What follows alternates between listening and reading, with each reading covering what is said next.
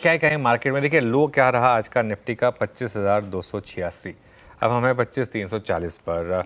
तो 9 दिनों के बाद निफ्टी ने फाइनली एक लोअर लो बनाया। देखिए एक दिन लगना था, ये हमने बात भी की थी कि एक दिन तो ट्रेलिंग स्टॉप लॉस लगेगा, हो सकता है आज ही लग जाए, अगर लग भी गया तो भी कोई बड़ी बात नहीं है। वो ट्रेलिंग स्टॉप लगा, लॉन्ग से बाहर हुए, कोई दिक्कत नहीं। अब देखते हैं नेक्स्ट स्विंग कब मिलेगी। आज बैंक निफ्टी में भी थोड़ा सा सेलिंग प्रेशर देखने को मिला। इनफैक्ट निफ्टी में तो रिकवरी आई है, बैंक निफ्टी में भी थोड़ी रिकवरी है, लेकिन अभी भी बैंक निफ्टी करीब करीब ½ % नीचे है।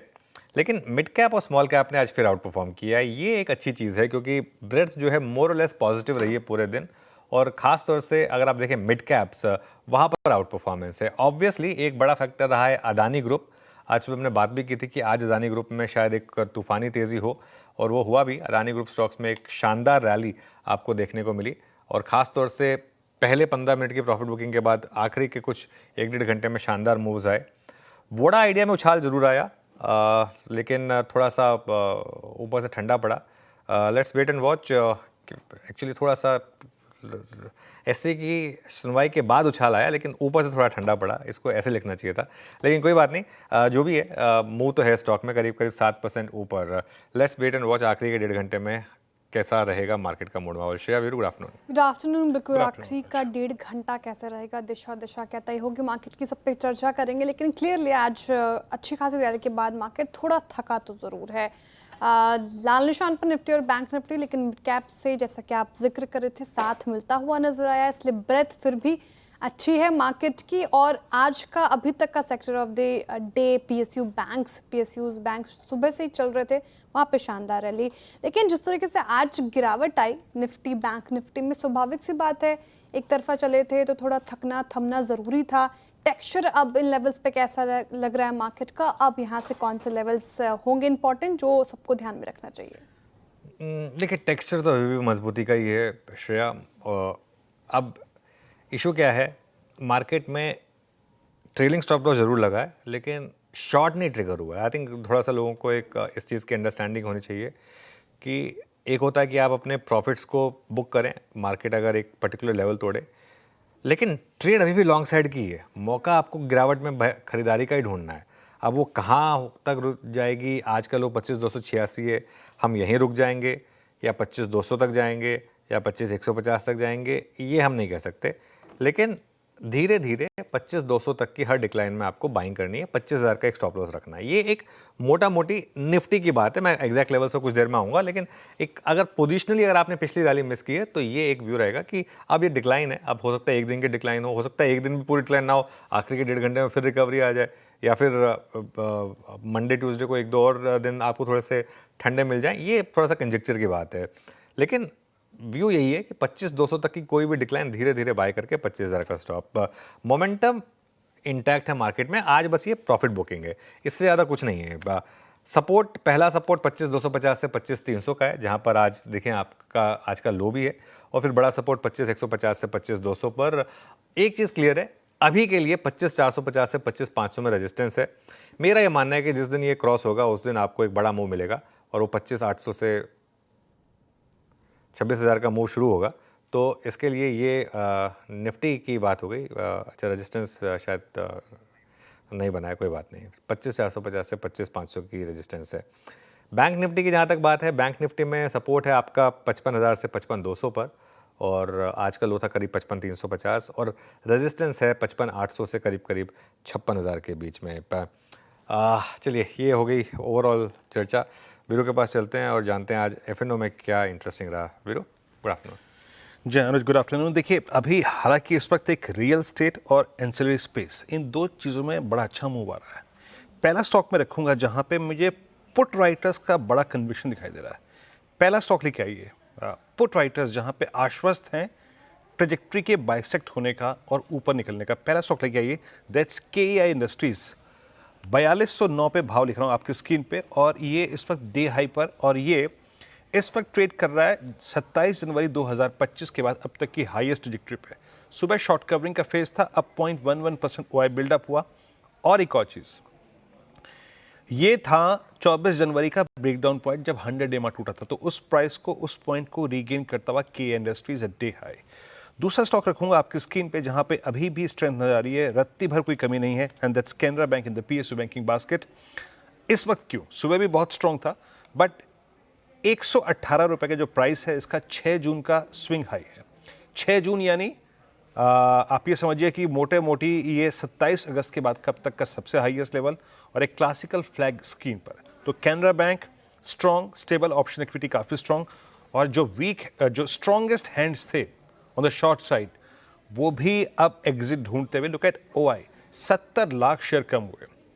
दो चीज़ें काफ़ी स्ट्रॉन्ग इंप्रेशन दे रही थी, ओआई और साथ ही साथ 120 की कॉल में होती हुई शॉर्ट कवरिंग, वो एक स्ट्रॉन्ग अगर आप देखें तो इसके लिए इंडिकेशन थी। और तीसरा स्टॉक रखूंगा that's BPCL. Oil gas basket में ओएमसीज में सबसे स्ट्रॉन्ग मूव दिया है पिछले 3 सेशन में इसने, और क्लस्टर ऑफ मूविंग एवरेज से बाहर निकलता हुआ बीपीसीएल में बाइंग अच्छी है, 4 लाख शेयर इसमें ओपनर्स जुड़े।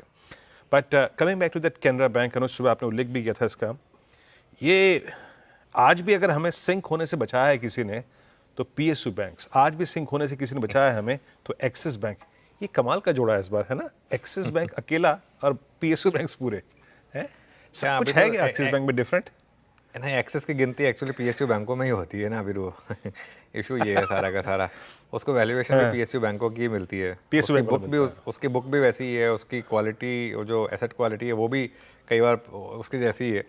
तो इस वजह से देखिए वैल्यूएशन कंफर्ट सबसे ज़्यादा एक्सेस में ही है और उसके बाद पीएसयू बैंकों में, मतलब तो इस वजह से इनको सेम उसमें क्लब किया गया, ये एक कारण है। लेकिन ये बात आपकी बिल्कुल सही है कि इस पॉकेट में बहुत स्ट्रेंथ है, और जब इस तरीके की स्ट्रेंथ हो, जब वीक मार्केट के दिन अगर स्टॉक इस तरीके की स्ट्रेंथ दिखा रहे हैं ना, इसका मतलब उनमें आप पोजीशन बना के रखिए। आज सुबह पे आई थिंक हम बात कर रहे थे सुबह की, कल भले ही पीएसयू बैंक ना टिक पाया हो डे हाई पर, लेकिन स्ट्रेंथ बहुत है पीएसयू बैंक इंडेक्स में। और ये एक पीएसयू बैंक निफ्टी का ईटीएफ होता है, बहुत लिक्विड होता है, वो एक बहुत शानदार मौका होता है पार्टिसिपेट करने का अगर आप इंडिविजुअल स्टॉक्स को नहीं ट्रेड कर पाएंगे तो देखते हैं। एक्सिस बैंक का 3 महीने का चार्ट फायर करेंगे तो 17 जुलाई को एक बड़ा ब्रेकडाउन था, उस गैप को फिल करने की तैयारी भी हो रही है यहाँ पर। ये देखिए वो आपको स्क्रीन पर दिखाई देगा। तो ठीक है, अभी भी देखिए स्टॉक काफ़ी, आपको याद होगा बहुत गिरा था, बहुत ज़्यादा। तो थोड़ा सा मार्केट, जब मार्केट इतना चल चुका हो ना, उसके बाद मार्केट जिसे कहते हैं हंग्री फॉर आइडियाज़, तो उसमें मार्केट इस तरीके के आइडियाज़ ढूंढता है। एनीवे अब आगे बढ़ते हैं और श्रेया को भी जोड़ लेते हैं शो में। श्रेया बताइए क्या? जी आगे बढ़ेंगे, ट्रेंडिंग स्टॉक्स और कार्यक्रम का क्रम समझेंगे, लेकिन उससे पहले एक स्टॉक जो काफ़ी चर्चा में है आज, वोडाफोन आइडिया, जिसका जिक्र आप भी कर रहे थे, और वायदा के टॉप गेनर्स में शुमार, शानदार रैली आफ्टर सुनवाई। अच्छा, काफ़ी लोग फंसे हुए हैं वोडाफोन आइडिया में। अब सरकार की तरफ से जो थोड़ी राहत, सुप्रीम कोर्ट ने कहा है कि अब उनकी प्ली का विरोध नहीं करेंगे, तो अब क्या लग रहा है आपको, हालात सुधरते नजर आएंगे वोडाफोन आइडिया के, और जो लोग फंसे हैं वो क्या करें अब?